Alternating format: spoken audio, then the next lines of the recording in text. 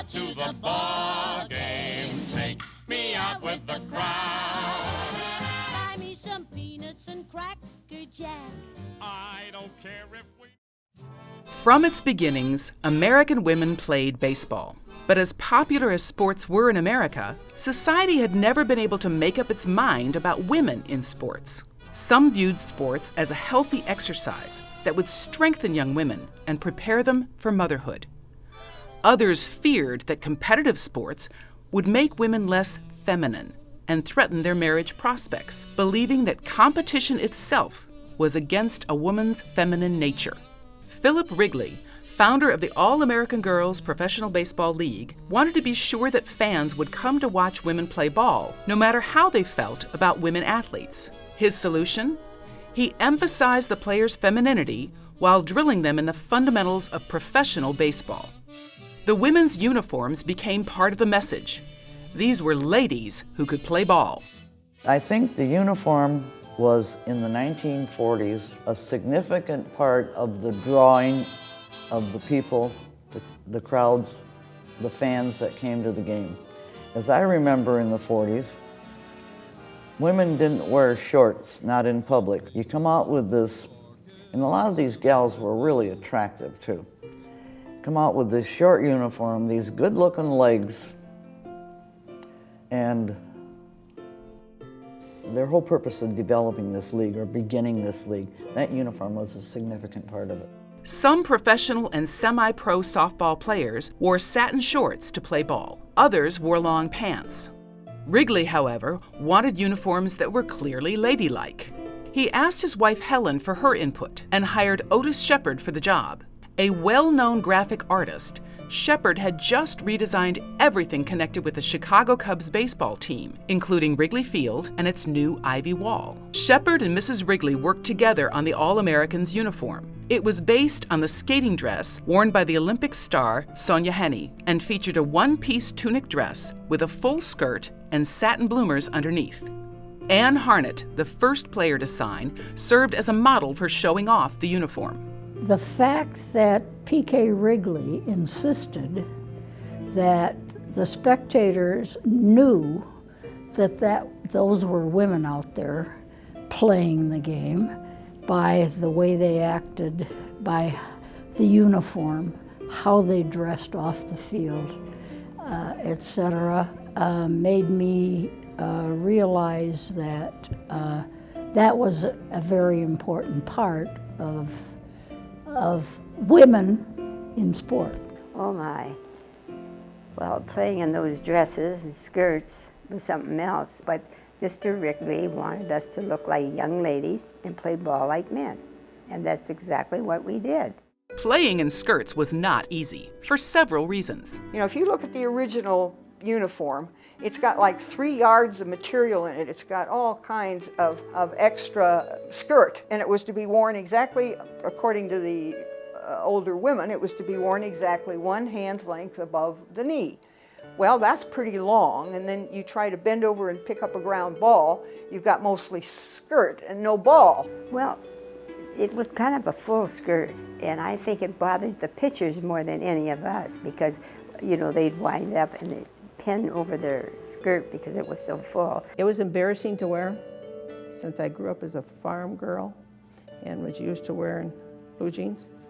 When you put a skirt on that's probably knee length, you feel like you're undressed. One thing that I didn't like, and when I heard about the Comets and so forth, was the uniforms.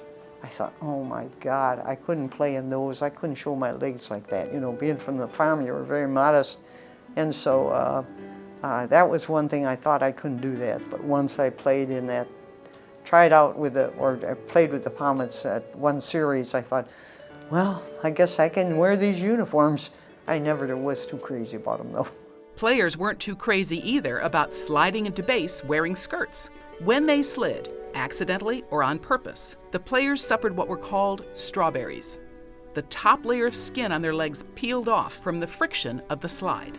Well, when you scratch up your legs, and I throw my knees open twice, you know, and that is, boy, you know, especially in South Bend, that feel was terrible.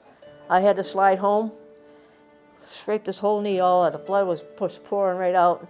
So they cleared the bench for where I sit, and the chaperone would clean it up. And then they pour the methylate on it, and you know how that feels. Woo-wee. Then a couple of girls blowing so that don't sting so much.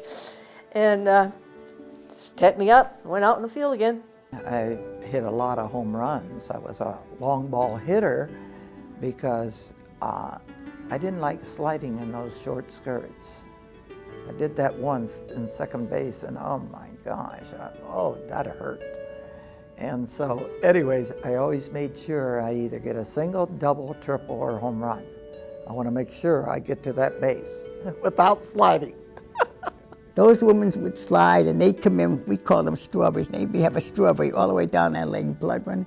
And we'd stand in front of it and fan it, those that we were playing, while the chaperone put methylate on it. They'd wrap it up, they'd go right back out. They had to slide again, they'd slide.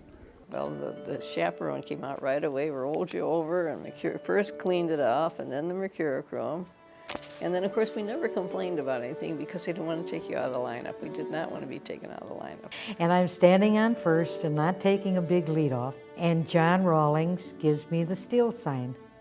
And I'm thinking to myself, does he know who he's giving a steal sign to? You know, old Turtle Dolly? Well, he thought I could get the pitcher had a high kick, and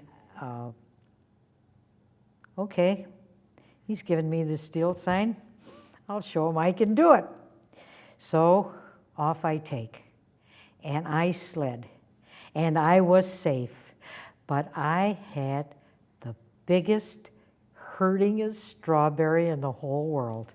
Well, you know, everybody's saying, you know, just shake it off, shake it off. Well, I'm not going to cry out there. I'd like to, but So I eventually, the hit was made and I scored. On goes the methylate, on goes the bandage, big bandage, get out there and play. Well, I did my job. It doesn't hurt till probably the next day, I'm thinking.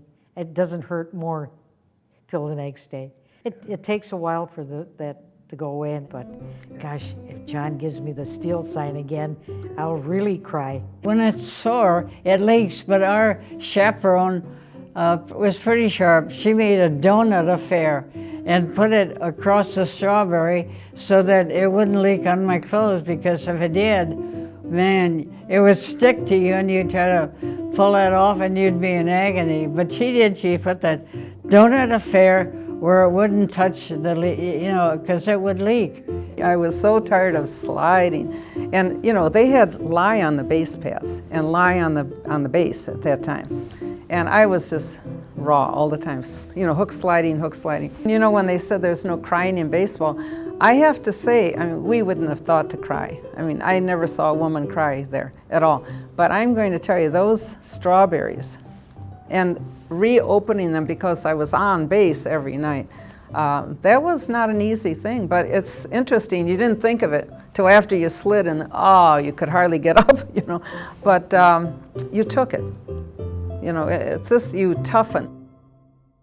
Despite concerns the players had over the uniform, all Americans played in skirts the entire time the league existed. Players found ways to adjust, but the uniform became an iconic part of the league. By the time I got to the league, they had really wised up, I'll tell you. We had the first mini skirts. We took out all of the extra material. We tightened it up and we lifted it up so it was right below the tight line, so you could completely spread your legs without any problem. Now, it's still a one-piece dress. The other thing is they want us to continue to keep it cinched in so it looked like we had a waistline, you know. You ever tried to catch and lift your arms and your dress tries to go up in the air? I mean, it's practically impossible. So I kept we'd loosen everything when no one was watching, you know. We'd loosen this decorative belt that we had, which didn't serve any real purpose except being decorative. So we'd loosen that up a little bit, you know. I think I can say this with a reasonable amount of certainty too, that if you would have put these women in 1945 in a pant, forget it. It wouldn't have worked. That's the way I see it. It would have been easier on their legs, but I think that was I've heard Dottie Hunter talk about this. That was the magic. Phil Wrigley was really sharp and his advisors there, the way they put this together.